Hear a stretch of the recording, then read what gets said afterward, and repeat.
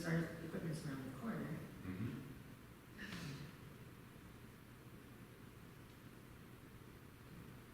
Is one of the mothers in charge of IT? Or Sister Tucky.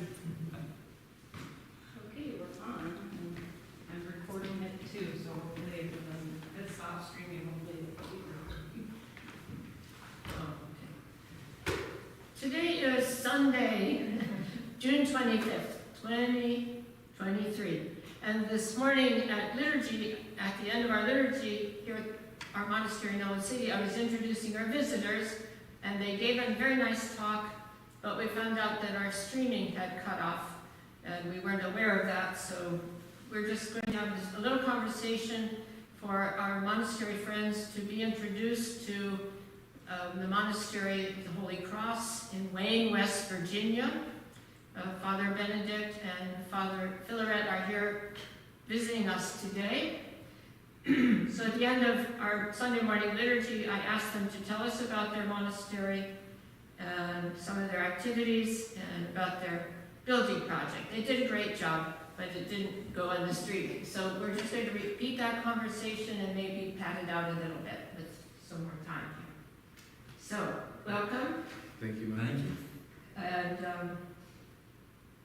tell me, when did you join the monastery? I joined the monastery in 2010. I visited for a number of years prior to that. I went to college in North Carolina, so I visited for many years. But in 2010, I joined the monastery, and Great. that's great. Sorry, long answer to your short question. No? It's fine. Father Benedict? I joined in 2009. I was visiting monastic communities in 2004 and 5, and after I decided to become a monastic, it took me a few years to wrap things up in the world, and in the course of that time, the reunion with Moscow, and between Moscow and Rokor happened, and so Holy Cross was a monastery that I had not visited, but when I was ready to go to a monastery for an extended period of time, my parish priest sent me to Holy Cross, and it fit like a glove, and obviously I've been there ever since. Great. Great.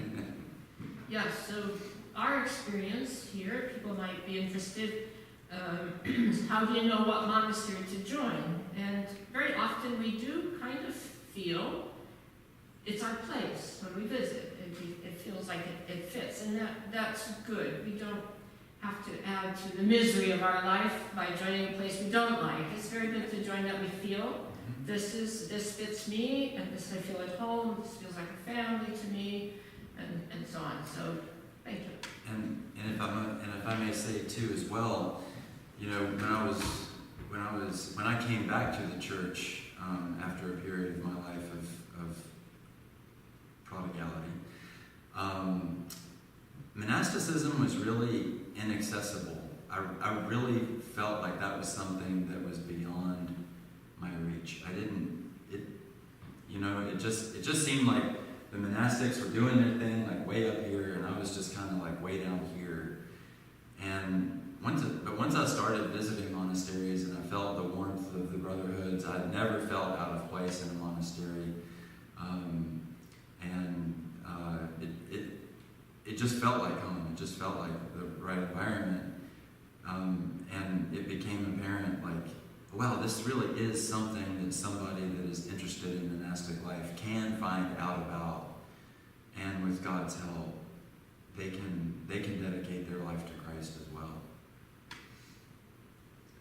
Well, and people who don't join monasteries dedicate their lives to Christ. We are always so impressed ourselves seeing the dedication of so many people in our churches, our clergy, their families, the choir directors, the people gleaning churches. It takes so many.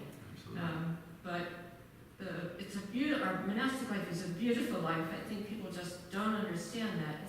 This is not a punishment or something very unpleasant at all. It's just the opposite. And if your child wants to go to a monastery, you should rejoice in that, because our relationship with our families changes when we join a monastery, but it changes in a good way. It's a good way. It's a deeper way. It is. My relationship with my mother is much closer now. We have a better relationship now than ever. Do you speculate why? Probably because I'm not running around being crazy. Okay. And so her blood pressure's better. Yeah. Well, and we have to, in the monastery, we change. We have to change. We change gradually, and each of us are changing, so that's why some days, some moments, some hours, some weeks, we seem everybody's on edge, but that's just a smoothing of those edges. But hopefully the change, we also mature in a good way, and hopefully our families can enjoy that we have matured and grown. I also have the blessing of having my parents be Orthodox, and it's very beautiful to see that as we have all three, they're both still alive, grow closer to the Lord and try to pursue Him more directly, that when I see them or when I talk with them on the phone, that a lot of our discussions revolve around church life and how things are going there and what we're doing. So I realize not everyone has that blessing, but as we try to pursue the Lord, that becomes our central focus, and that becomes our greater point of commonality, not just our blood relation. Yeah, and you can share things like, oh, it's 5th week of Lent, I'm really exhausted. Everybody's going We know what to this Holy means. Week. Yeah. I do share that with my younger sister as well, because she is the choir director at the parish that we grew up in. And so sometimes we'll have a little conversation about, what we're stressed about or preparing for with the next service or whatnot. Mhm. And we can support each other and encourage each other to keep our eyes on Christ during that time, because sometimes all the details can take ours away. Absolutely.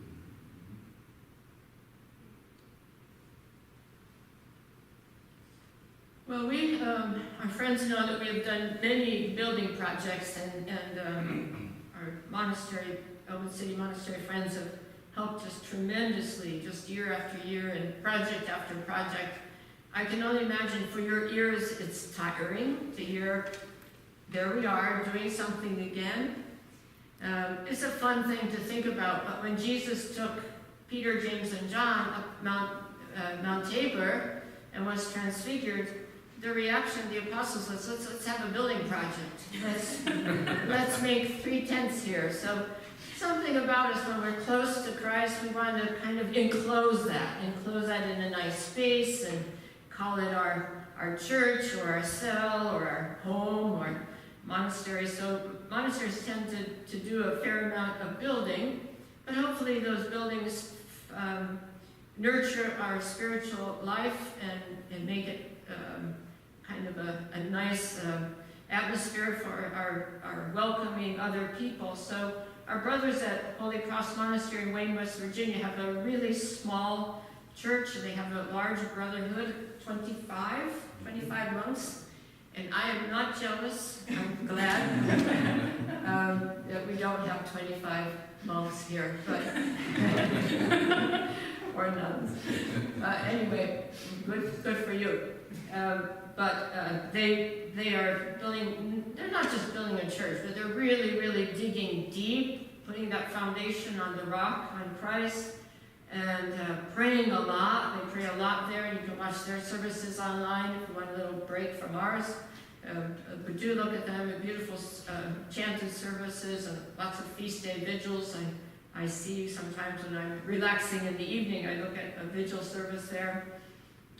But the building of a church, it's going to be beautiful, and now they're telling me that they're excited because they mentioned this morning here at our earlier today, some walls, some arches are up, and maybe some roof trusses will be coming. Mm-hmm. You know. And when did this start? About 2 years ago, the foundation? I think that's right. I honestly don't remember exactly. Do you? That sounds about right. And then there were some unfortunate situations that happened, and had to go back to square one, kind of start over, and reconfigure it. But it's always better the second time. We learn a lot. So they'll need a fair amount of money to finish the church, It's going to take some time because it is a permanent stone structure and good acoustics and all that, God willing. So we want to encourage all of you to pray for them and donate to the Holy Cross Monastery. You can go online, West Virginia Holy Cross Orthodox Monastery, or find their address and support. But they will not just be going to a good cause, another good cause. There are lots of good causes. But when we send some of our riches to build a church, the Lord remembers that. And the monks will pray for their donors and benefactors forever and ever and ever, and their founders. So it's a good investment. I don't like to say that, but it sounds funny. But it's a good thing to do. So do that in memory of a loved one or in honor of someone. But fathers, you can tell us square feet, or do you have a trapeza underneath the church? What is it going to? Well, while you were saying that, I was thinking about the Apostle Thomas when he went to India and he built the king a palace, and the king gave him lots and lots of gold, and he went off to another country, and Thomas said, "Well, I need a bit more gold because I still have to put the roof on," and we literally are ready to put the roof on. The walls are up, the arches are in, the cornerstone is laid. We have Carved we have Very good. yeah, and the artist who carved the stone was part of the ceremony of setting it, Mike Lucas, which is wonderful work. which was very special for us and for him. It was really neat to see how he was touched by the service. But we have the Apostle Andrew, we have the Patriarch Tikhon of Moscow, Saint Hilarion Neumark-Troitsky, and your own Saint Alexis Toth of Wilkes-Barre. So they're carved, is that what you mean? They're carved? There's relics of each of those four saints that Okay. are included. They're actually embedded into the wall in a nice reliquary.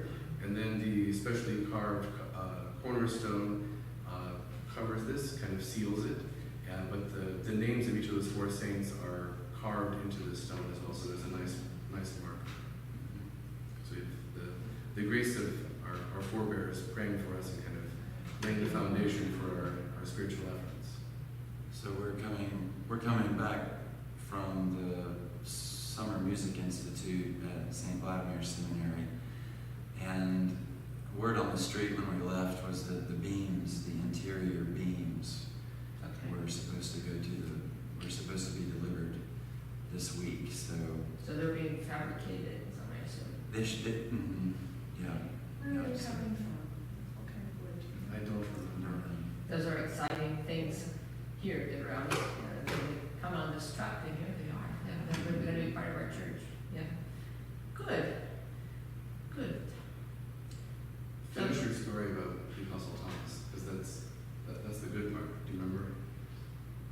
Well, So, more gold. We need more. It's a beautiful church, but it's not finished yet. I need more gold. Or I can finish it if you want. please. So the king comes back and says, "All right, where's my palace?" And they can't find it, and well, where is it? And Thomas says, it's, well, I built it for you, but you can't see it right now, and all these things. And he's basically incarcerated, or the king is furious. But the king's brother has a dream, that night, and goes to this celestial palace, which is beyond his wildest dreams. He says, "If only I could live in a place like this, make it mine." But he's told in his vision, in his dream, that this is for your brother. And long story short, through the almsgiving of the king for the mission and the spreading of the gospel, this money imparted to the Apostle Thomas, the prayers of the apostle built one of the many mansions that the Lord promises to his faithful servants. So So through his generous giving, this not yet Christian man was paving his own way to salvation through the generosity that saints like St. John Chrysostom went on to later describe in greater detail. So our feeding the poor, and in the name of Christ. doing St. Martin of Tours, giving his garment, ripping it in half in order to clothe one in need. These are the ways that that we as Christians help each other. And this church is definitely going to be big enough to hold a lot of pilgrims. And it's being built to last. As you mentioned earlier, it's a sturdy structure, permanent structure made out of stone and cinder block. The idea that it's not just for us now, it's not just meeting an immediate need. It's large, it's room to grow, and for the next generations of monastics to come after us, so that it's our plan to be able to pray for the people who contribute towards it, the dear ones that we all kind of hold close to our hearts and supplicate before the Lord for eternity, or rather until the second coming when we can stop doing that. But as far as the eye can see, it's our plan to be able to pray for those who've been so generous to us, or who just have specific needs, even if they're not able to contribute. That's not the point. Prayer is the central It's focus. going on there. And when we travel to an Orthodox country, being shown around, we're told this church was built in the 16th century or something. That's just, as Americans, that's so hard to fathom. But the churches are still used. There's absolutely, it's still the church. There's absolutely nothing wrong with it. So when it's built in that way. And once the church is finished and we start to pray, and we'll have an interesting experience where, even as small as our chapel is now, anytime you go into a church that's been prayed in for a long time, it has that gravity of prayer in it. And I kind of think that the more people that come and pray in our church, the faster that gravity of prayer can be felt. And it'll be really exciting and so we're going to have to go through that. We're going to have to go through that struggle. We're going to have to go through that process. You got to break it to give, to really give birth to this place of prayer, and that's going to be a process for our brotherhood. But the more people that we have come and join us for that prayer, the more special that it'll be for us and for them, and the faster that prayerful atmosphere will be established. So besides building a church, this huge project, they have cells for all of their monks. As I said, there's 25, and some new ones, new inquirers coming soon, and offering hospitality. There's limited guest facilities, but they do have guest facilities, and like we do, we ask that you make reservations if you want to visit, schedule that in advance. And I have no idea, I've not been there. I've seen plenty of pictures, but you'll have to find them, find their website, Holy Cross Monastery, holycross.org. Holycross.org, that's easy. And you can also watch them online on YouTube streaming their services. So I'd like to invite you to sing. Again, we did this earlier here at the monastery. Sing the Chopar of Transfiguration for us in your chant that you use in your monastery, which is it's called Synonyms chant. It's a medieval Russian chant, which we've transcribed. We've rendered it into English and then added a supporting harmony part for greater musical delight. So, whoever's comfortable. Thou wast transfigured on the mountain, O Christ God, showing thy glory to thy disciples as far as they could bear it. Do thou shine upon us sinners also thine everlasting light through the prayers of the bestower of light, glory to nuns have given us some tasty delights here, but they do make these, and you get these on their website, some honey. They have bees and honey and nice sweet delights and soap, and so they are very industrious at their monastery. They sell these beautiful gift boxes, which we have just received. Now, fathers, if we can sing to the Mother of God, maybe a victorious leader, and then we'll close the streaming the interview. Are you all going to sing, or would you like us to? No, you.